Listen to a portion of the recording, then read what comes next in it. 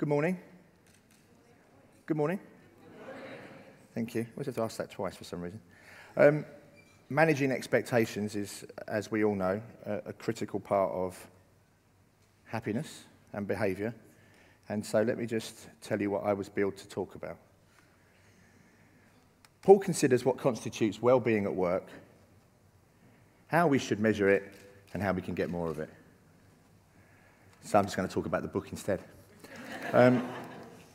Actually, it's interesting about managing expectations because on the paperback, for those that have bought the book and for those that haven't, why not? It says the book that will make you quit your job. And actually, as you know, if you bought the book, it's nothing about jobs, really. But the reason is because of a story that I am forced to tell every time I give a talk, and I'm going to try to pretend this is the first time I've told it. It's a bit like a band that's been playing the same songs for 20 years, and they make it sound like you're the best audience. It's a story of a friend who worked for Medialand, who has since changed her jobs. But at the time, she complained when we went for dinner about every single aspect of her job, her boss, her colleagues, her day-to-day travelling to and from work, commuting, everything. Everything about the job was miserable. And then she said, without hint of irony at the end of dinner, I love working at Medialand. And that's actually not such an inconsistency because she's essentially talking about two selves. She's talking about the self that experiences her life, day-to-day, moment-to-moment. And in her work, she wasn't happy. But she has an evaluative self, the story that she tells about the things that she thinks should make her happy. And Medialand is a great organisation. Her parents were proud, her friends were jealous. How could she not be happy working there? It's somewhere she'd always wanted to work. So the challenge for measuring well-being generally, not just in relation to work, is to be clear about what it is we're measuring. And most of what we measure is that second construction, the stories that we tell about the things that we think should make us happy. And we pay much less attention to the experiences that we have moment to moment, day to day. And that matters. It matters because we get different associations with happiness when we measure happiness in different ways. In evaluations of life, for example, we unequivocally get a U-shape in age. If you're middle-aged, which as I look out across this room, there are a few, even though you might not self-report yourself as being such, you are. And you are now the least happy you will be. You were happier younger, which is the downside, but you can look forward to being happier later. So insofar as you don't die, as you get older, right through to probably the last 6 months of your life, because they're not pretty happy. If only you could forecast when they were. But up until that point, you'll increasingly get happier. In experience-based data, though, it's a little messier. We find some emotions change. They go up, they go down. Stress tends to decline. Aroused emotions tend to decline. Excitement falls, contentment rises. There's a whole range of murkiness and messiness when we look at experiences of happiness over time and over the life course. So it matters. And I think it matters if we start trying to relate some of this back to well-being at work. Because nearly all of the things that we measure, as I say, are constructions. You know, how satisfied are you with your job? Well, that's a question that's Well, people will take it probably, they take less than 3 seconds to answer that question. So that probably means that they're not answering the question that's being asked. As all of us know only too well, Colin has made this point many times, you know, if we've got questions, they've got answers. Basically, that's a difficult question to answer, so I'll answer something that's easier. And something that's easier is, if you're given a scale between 1 and 10, to say something like, I'm about an 8. Because that's a lot easier to answer than how satisfied am I with my job, which contains all of these dimensions and aspects that you have to simultaneously weigh up before giving the answer 8. But the important thing is that it's a construction largely in the question that's asked. You don't routinely go around. I mean, you may from moment to moment reflect upon how satisfied you are with various aspects of your life, but moment to moment, day to day, you're going around experiencing stuff, joy, worry, anger, pain, and stress. But significantly, you're also experiencing purpose and pointlessness. Now, purpose has nearly always been talked about, in fact, always has been talked about for 2,500 years, as an evaluation. Does my life have meaning? Well, I'm not particularly interested in the meaning of life. are much more interested in the meaning of moments. How much purpose people feel in the experiences that they have at work and elsewhere. So, for example, the meaning that I experience, the worthwhileness, the fulfillment, the purpose that I have as a father doesn't come in the moments when I step back from my life and think about being a dad. It comes in the activities that I engage in as a father. Tying shoelaces, listening to the same stories over and over again, teaching the times tables. Not the most pleasurable things in the world to do, but they do feel worthwhile.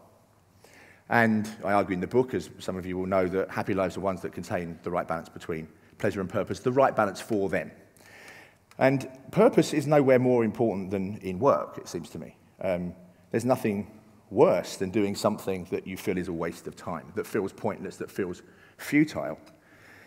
And many of you would have seen Dan Ariely's Lego experiments, where very simple manipulations to the point of an exercise make people feel significantly different about it.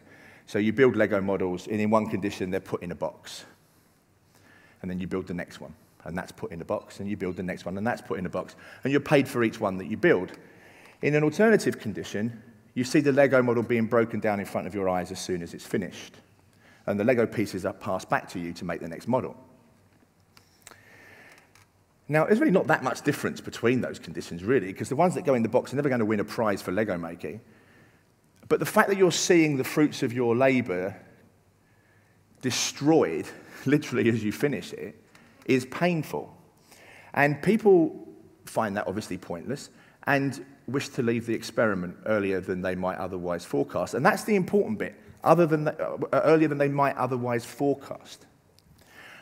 We know from a whole range of literature, of course, that we're not very good at forecasting very much, but we're not particularly good at forecasting how much pointlessness will hurt.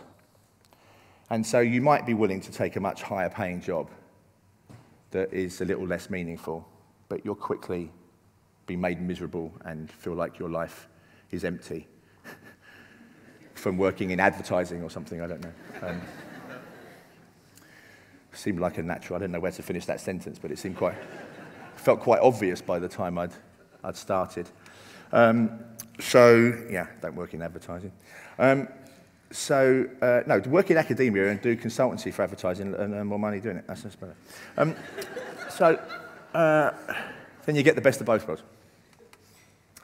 But there are other studies that have shown the significant effects of meaning in an activity that actually, in some instances, more than offset any of the payments that you might get for the job or the effort that you put in based upon how much you're being paid. In one study in China, is that right? China. I was primed with this one before I came on. Students were essentially asked to enter data. Yeah, am I right? I'm going to be nodding.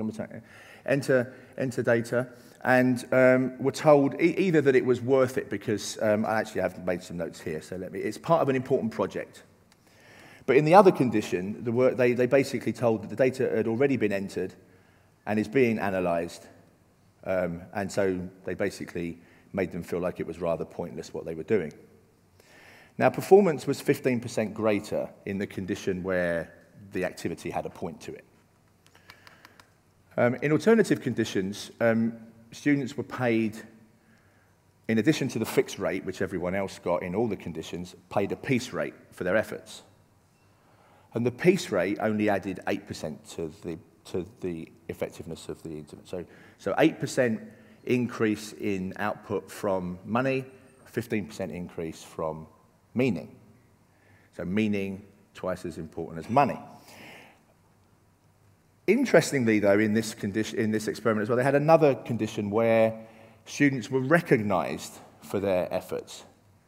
And they were recognized in a really grand and quite significant way by being given a smiley. It's a bit like one of my US colleagues said, I've been watching this program called Mastermind. And do you know what they win at the end of Mastermind? They win a glass bowl. He said, a fucking glass bowl? For all of that effort? for all of, like, learning all of those. Like, they're bloody clever, aren't they, on Mastermind? It's not like Who Wants to Be a Millionaire, where you can cheat and have people in the audience giving you the answers. But you get a glass bowl. So it's actually really not to do, largely, with the prize, the size of the prize, much to do with the recognition of having done the job well. So it'd be interesting if they paid Mastermind winners more money, whether they would be any happier from that compared to a glass bowl. Unlikely. So how can you then promote purpose at work? That was one thing I was billed as having to say. And actually, as Rory, I heard Rory's introduction, which is always, I take something from. And the important point I think he made for me now is that it's acceptable to make small changes for big effects. As someone who's worked around policymakers for a while, that's a big hurdle to making effective policy, is because if you have a big problem, you think the solution has to be big too to make the problem look like it's worth it. And actually, the solutions, in many cases, can be very small, maybe sometimes even trivial in the grand scheme of things, but have massive effects. And so the really significant thing about purpose at work is, as in actually most things, timely and salient feedback. That's really critical. The recognition in that activity of a smiley led people to be productive. It was a recognizing, it was feedback, it was salient, and it was timely. One way in which employees are given feedback is to have Employee of the Month awards. Now, actually, that's a really bad idea. What you want to do is have 3 Employee of the Month awards. No, the 3 Employees of the Month awards. Much more effective to have 3 Employees of the Month awards than to have Employee of the Month awards. Because Employee of the Month awards single out the one person that everyone hates for having one Employee of the Month award, particularly the second person who would otherwise have been Employee of the Month had that person not existed. Whereas 3 people, 3 Employees of the Month, they're kind of, well, they're a gang, they're a group, you know, they're kind of people that we can aspire to being. I'm the 4th best employee, but now I can kind of maybe join their club of being the 3rd best. Somewhat different to being singled out as the Employee of the Month. And it does have strong motivating effects, particularly on the non-recipients of the awards. That's really important. So have 3 Employees of the Month rather than 1. Now, that's in recognition of having done an activity. And of course, there are other really timely and salient bits of feedback, like your job was worth it, what you did was worth it. Many of you would have started projects in your working life that have been terminated or changed mid-course or even at the end, and you're told, actually, we're not doing that now, without any recognition of the efforts that you put in. That is incredibly demotivating. Simple bits of feedback like thank you, not contrived, but sincere and not too often, you know, like the have a nice day, is important. And particularly, you know, you might not have, what we're doing now, what you did now might not seem like it's worth it for this piece of work now, but we're going to use that later on in some other project, and we'll find ways of ensuring that your time hasn't been wasted. So that's absolutely critical, and that's largely costless. It's a small change for a very big effect. There is also something about, that's recognition in a sense, or feedback back after the event, but there is also something important, I think, in, I don't know what you might call it, feed forward or something, framing the activity before you start it. In the case of that Chinese study, the reason why you were engaging in the behavior was framed at the beginning to be either pointless or have purpose. And so that's really, really significant by telling people what the point of the job is. And the timely bit is really significant. When really matters. You don't want to leave it too long, either before the task or afterwards, to give people the feedback or the feed forward. So, what else do I want to say? Well, there's a couple of things, I think, from the book that I think can be related specifically to workplaces, and I won't dwell on one too much, because many people have heard me talk in the press and various places about distraction and our inability to function properly when we're distracted. Someone asked a question about gender effects earlier. Neither gender can multitask. I know that's a shock to women. Well, it depends what you mean by multitasking. Of course, I'm standing up and talking and breathing. So I guess that's three things. But basically what the brain does is the brain single tasks very quickly. It flips backwards and forwards between activities. And all the while it's doing that, it's draining itself of energy. Your brain's lazy and wants to conserve attentional energy, and you're tiring it out, making yourself less effective and less happy. So you need to design environments, of course, in ways that avoid distraction.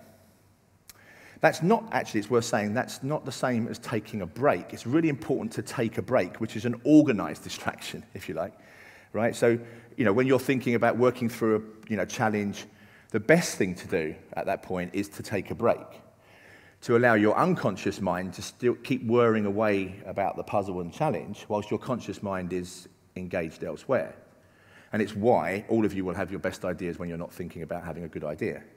And in fact, who's ever had a good idea when I think, I'm going to have a good idea right now? It's on the bus, or it's in the shower, or wherever, because your unconscious mind is processing the decision whilst you're not engaged in it.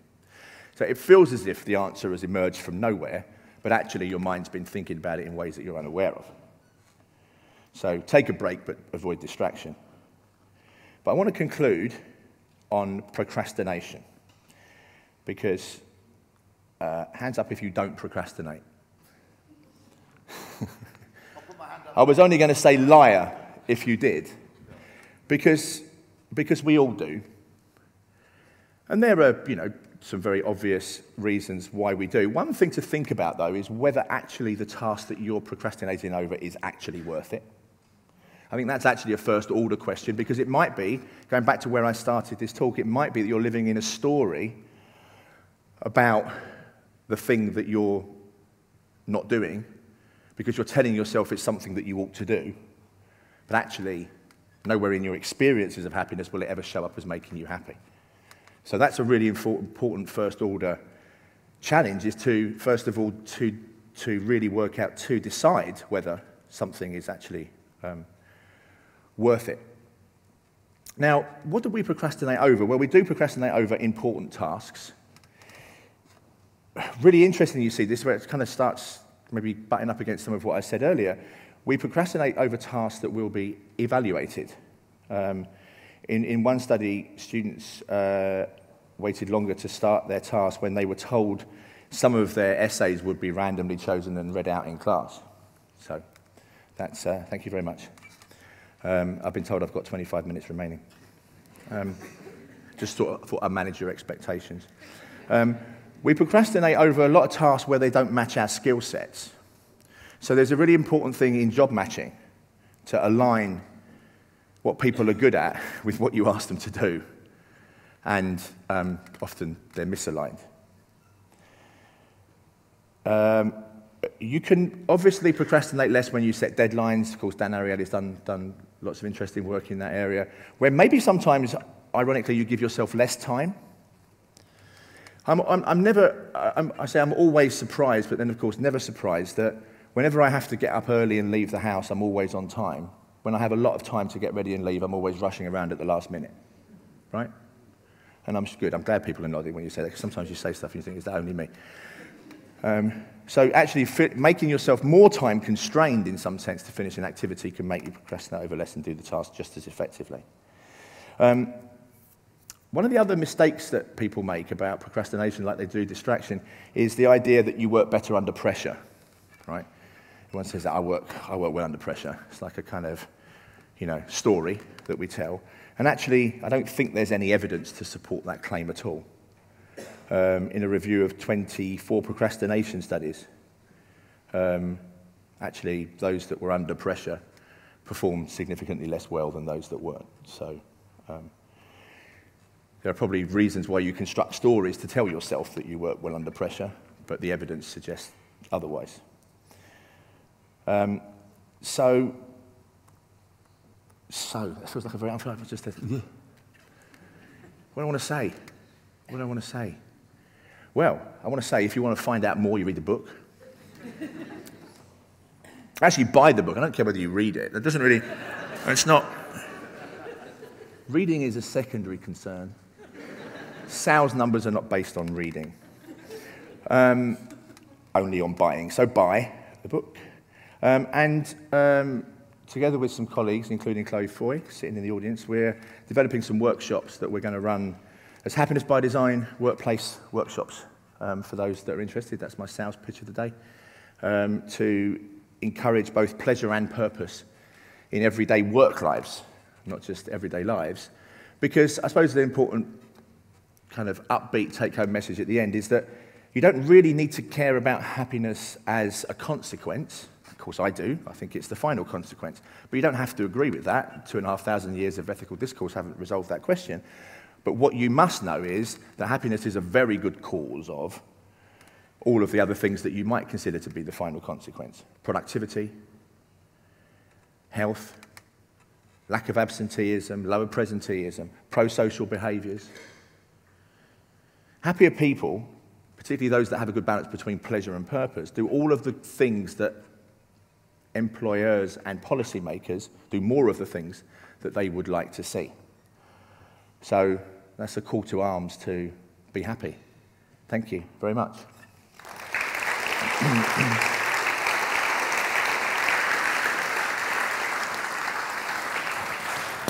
You recommend this book. The point being that your circumstances you may not control, but your attention you can. And simply by directing your attention to certain things, you can actually, to some degree, control your happiness. By the way, the lady interested in gender difference from McGill. I seem to remember you telling me a while ago that there... Oh God, here we go. I might have told you privately. That contrary to what anybody will ever tell you, men but not women quite enjoy commuting. Is that right? Yeah, so we had a paper a few years ago in the Journal of Health Economics. It's called It's Driving Her Mad, which I thought was quite a nice title. One thing I learned in my academic life is all my early papers had really boring titles and no one read them, and then you have more interesting titles. It's an obvious thing to say. But we looked at differences in commuting effects on psychological well-being from the BHPS, British Household Panel Survey. And yes, that's the conclusion. It's women, all women except single women are detrimentally affected by commuting. And all men except those with young children aren't. So it could be the case, there's probably two explanations. One is just men are better at looking out the window and doing nothing. It's very or thinking about sex every few moments. Because you never see women fishing, do you? You don't ever see women fishing. No. Fishing for compliments maybe, but not fishing. Gawping into space is a male preserve. But probably the most significant reason is because women still pick up most of the household chores and duties when they get home. So my commute means that when I get home, the dishes are done and the food's ready. Her commute means that she's still got to do those things when she gets in. I mean, it's an absolutely fabulous area of study. I mean, one of the other things that amazed me was some German research which showed that I think if you had an unemployed German plumber and then he reached retirement age and was able to rebrand himself as a retired plumber, not an unemployed plumber, it's very interesting that actually, even though his financial circumstances hadn't really changed at all, he would experience a surge in happiness which was equivalent to that enjoyed among newlyweds, for example. It was an enormous increase in happiness with no change in your material condition. Very interesting. The identity work that Akerlof and others have written about is probably under-researched in happiness research, I think. We could do more to bring identity into some of what we do. Identify Although, yourself. of course, for me, it's all about what we pay attention to. So I wonder how often you pay attention to who you are as compared to what you do. So being an unemployed plumber is kind of a daily reminder that you should be plumbing and you're not. Exactly. Whereas when you're a retired plumber... Exactly. But, the importance in terms of just a framing exercise in generating happiness seems to me extraordinarily important economically. They're absolutely fantastic. Any questions? We'll have one question again. Speed. There we are, gentleman over there. Just managed to win it. There is a microphone coming. If you, are you not going to quote back something I said? I hate that when people do that. Yes. 15% for Correct. meaning. Yes. You never said what the recognition. Sorry, 19%. 19% for recognition. For recognition, yes, for the smiley. That was the question. Actually, of smileys, I did read somewhere recently on dating sites, if you use emojis or whatever those horrible things are called, you're more likely to get dates. I don't know whether that's causal. I must update my Tinder right away. I know.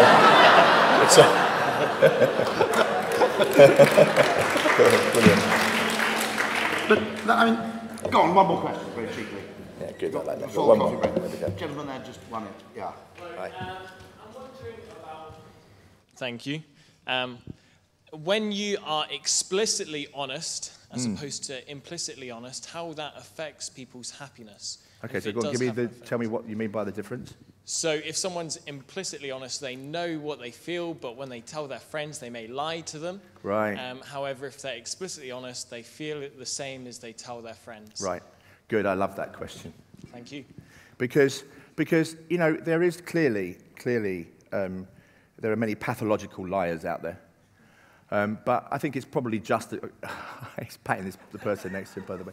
But there is pathology in truth-telling. I mean, we learn from a very early age to not say what we think all of the time. And it's very infantile and childish to say what you think all of the time. Because we need to consider the consequences of what we say for how it makes other people feel. And it's not a get-out-of-jail-free card when you've upset someone to say, I was only being honest. Because if there's no consequences that follow from that honesty, beyond hurting somebody, all you've done is cause harm. And that takes me back to my welfare consideration, which is everything is in the effects on how it makes ourselves and others feel. So if in that honesty you can change something about your behaviour or their behaviour to make either of you or both of you happier, then there's some point to it. But if it's just, I'm only being honest, get over yourself, that kind of gets me out of jail for hurting you, then that's just as bad as telling lies all the time. I mean, the other interesting question about the reward question, you said financial rewards were the weakest. Weakest in that experiment. The most effective was recognition. Correct, And but there was probably wasn't a sense of statistically purpose. purpose, yeah. I mean, it's a very interesting thing, which is that all economic logic, which has driven kind of labour market economics, really and the interesting. assumptions on rewards, are that you pay people money. But of course, people's salaries are first of all invisible. Secondly, and when you make them visible, like in California once, they made everybody who was earning less than the average less happy. So so you don't want to publicise salaries. You don't want to publicise the thing. No. But I mean, there is an interesting question there, which is that if you look at how companies generally seek to reward people, the assumptions of neoclassical economics have become incredibly dominant. And first, you know, it's assumed that every single reward should be financial in some way. Well, I mean, we've been heavily influenced by tournament theory, you know, Glazer's theory at Harvard, and I don't think there's any compelling evidence that supports that. And you're right. I mean, what happened to the? I'm sounding like an old man now, but what happened to the days when you got paid to do your job? As opposed to being paid a salary and then being paid a bonus to do your job. It sort of seems to have almost gone, the idea that you would actually earn a salary consistent with the, you know, objectives of your interesting point. And actually, there was something implicit there, which was actually rather a valuable feedback. Yeah. Well, we also know, of course, when people have targets, especially hard targets, they obviously seek to achieve those targets, and that means that they don't achieve other things that might be conducive to a very good employment or outcome, you know, productivity or whatever. And we do it with our own happiness too. If you have a target to achieve a particular objective, all the other things that would make you happy fall by the wayside. So it becomes the distortion. There's a brilliant thing, folks, if you haven't heard of this, called Goodhart's Law, which is any metric which becomes a target loses its value as a metric. Yes. Because the very fact that people are pursuing it, and in many cases gaming the system to pursue it. So in some ways, judging people in a slightly, by creating these kind of reward schemes which have very, very tightly defined unintended consequences. You have massive unintended consequences. And so what the literature, what many people talk about now, which is a kind of loose and not very not very well-defined term, is soft targets. You know, so you have a kind of range of things that you care about this target, but not at the exclusion of other things. And so it kind of, that's the sort of compromise between having no targets at all where people don't do anything because they don't know what they're doing, and having a hard target where you have the unintended consequences that focuses only on that. So some degree of subjectivity and blurriness and judgment is probably a necessary. A little bit, but not too much. Yeah, exactly. Like everything in life, it's balance. It's balance. Which is boring. Absolutely fantastic.